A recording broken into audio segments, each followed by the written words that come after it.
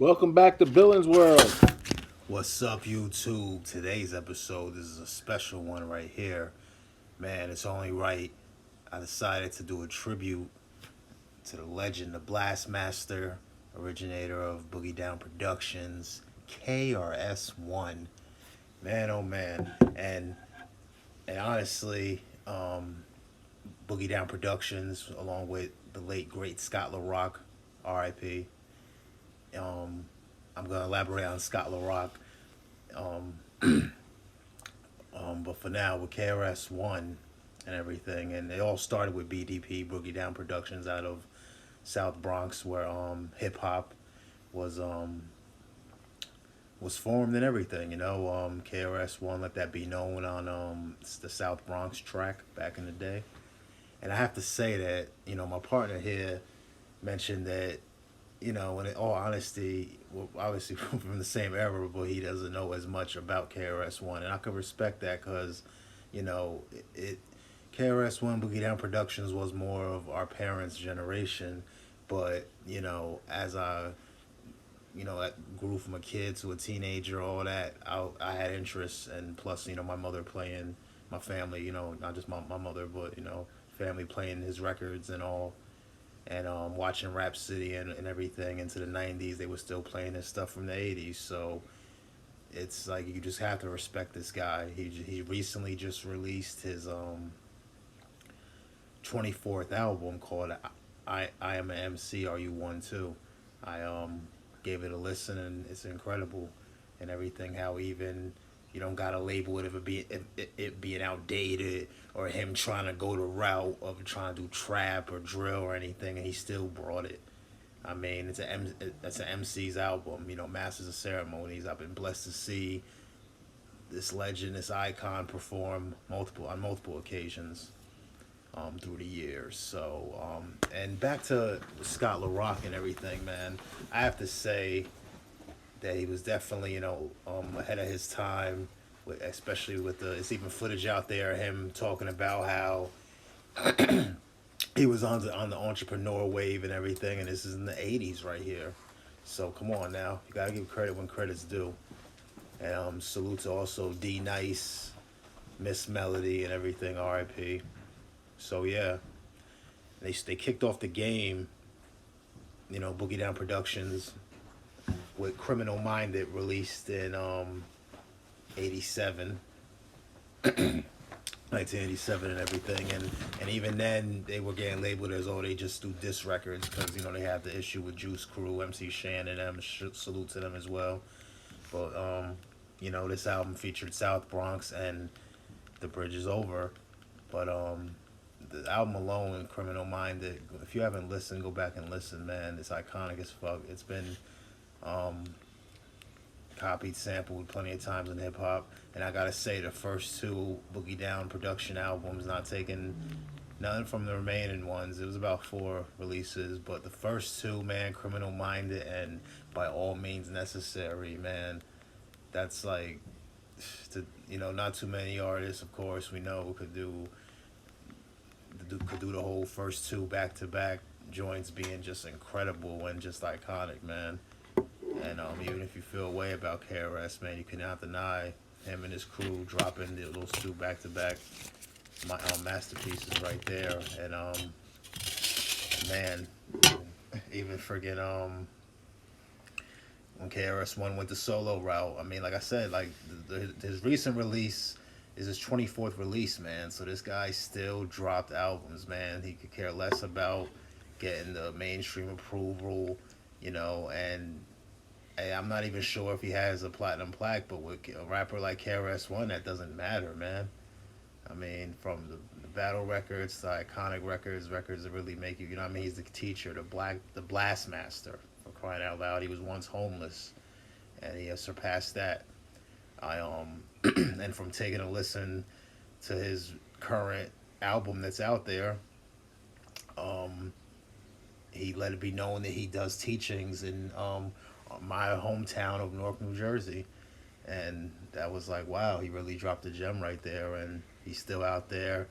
He's not just all hiding in the mountains and, no disrespect and nothing, and rolling with them little higher ups and all. He's still doing his thing for the community, being community involved and everything, and that's really dope to hear right there from the Bronx to worldwide and all. BDP, like, comment, subscribe, tribute to KRS-One and all that. And it was funny how even when I was in high school when he had that little beef, little so-called issue with Nelly, but I believe the whole thing was just KRS just wanted to just sell some records and all, and of course at that time, regardless of Nelly outselling him, because Band-Aid Boy just had that buzz and everything. So, but I still was, hey man, KRS-One is still that nigga, man. I was damn sure. I'm a hip hop baby, man. My parents met at a concert. I'll let that be known on the first episode of Billins World. Go back and check that.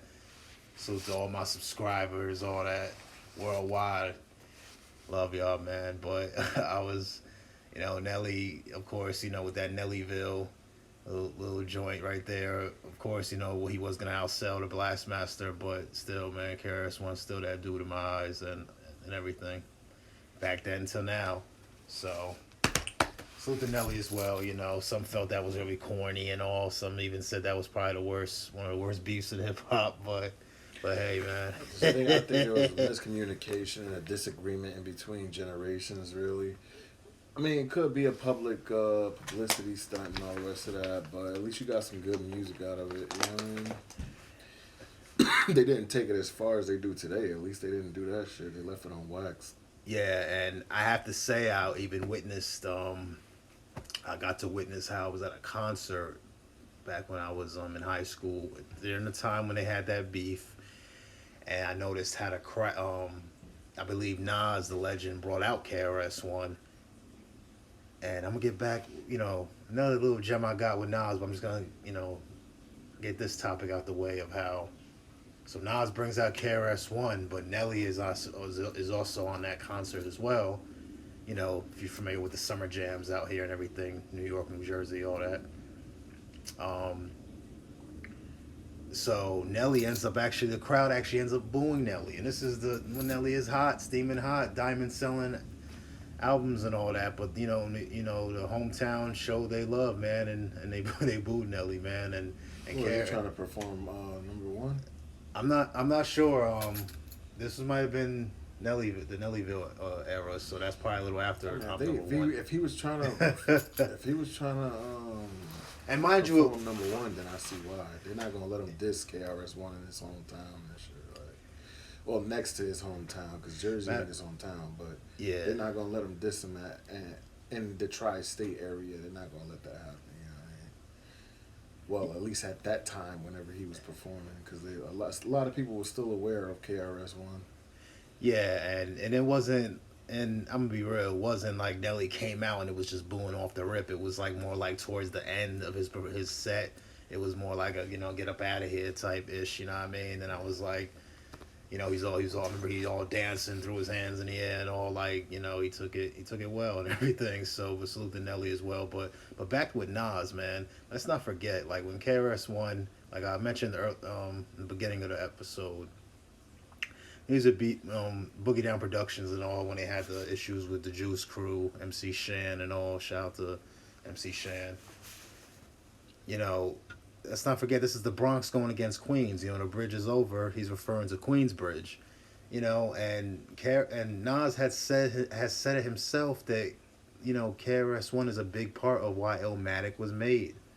Because Nas probably felt like, damn, I gotta get like Queens up again. You know what I mean? I gotta go hard for Queens. So let's not forget that. Before Nas, you know what I mean?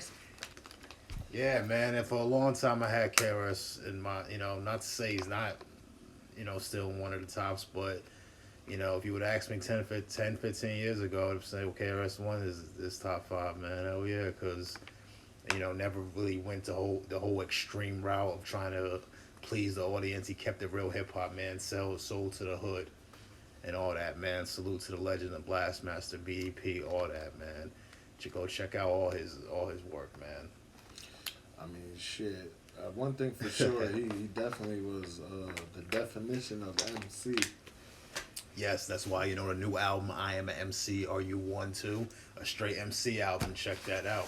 Let's not forget he had You know, it was a boogie. Another Boogie Down production release was Ghetto Music, the blueprint of hip hop. Another gem when Nas said, "Hey, KRS already had an album called Blueprint first." You know, KRS. I believe that was also another Boogie Down production release was Edutainment. I mean, come on now. I mean, that's dope shit, man. Right there. Just off the titles alone, his solo joint in '97. I remember that was a birthday present.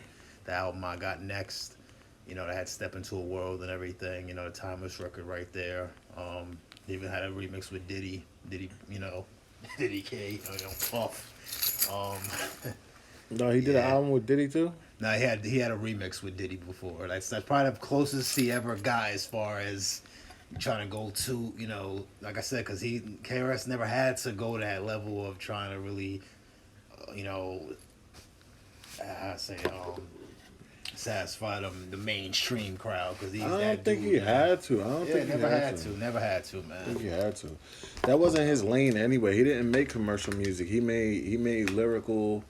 You know, he's part of the essence of what hip hop truly is, deep down to the root, which is lyrics, concepts, you know, substance.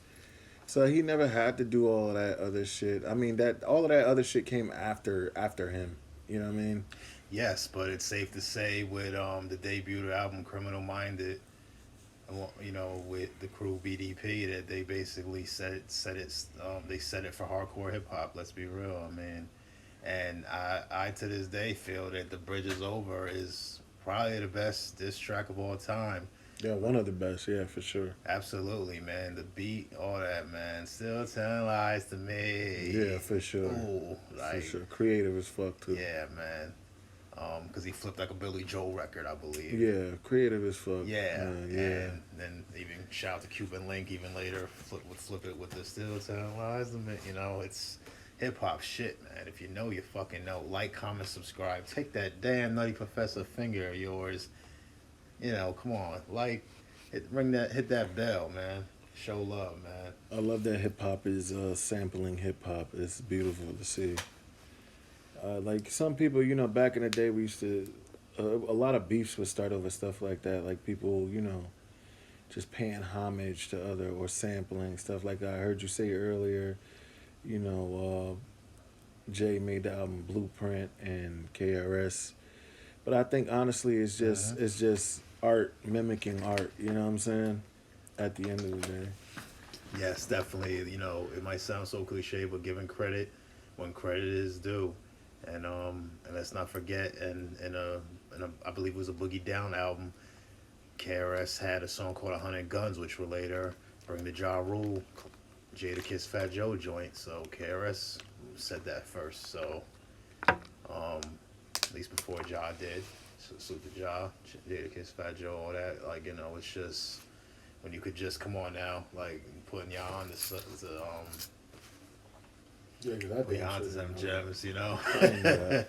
Putting you onto them gems and everything, and man, and KRS would even go on to do a collab album, I believe around 2007 with Marley Marl called Hip Hop Lives. Oh, so he keep doing music. So he's been doing music since he started, and he keeps. That's one thing I like to see. Yeah, his latest release is his 24th album, man. I like to see. Yeah, I like to see that. You know what I'm saying? Like Snoop just dropped the Back on Death Row. I like to see that. Absolutely, man. There ain't no limit to what, you know, all these artists can achieve, and salute, man. Yeah, we got to stop outcasting the rappers just because they've gotten older. Like no other music genre does that.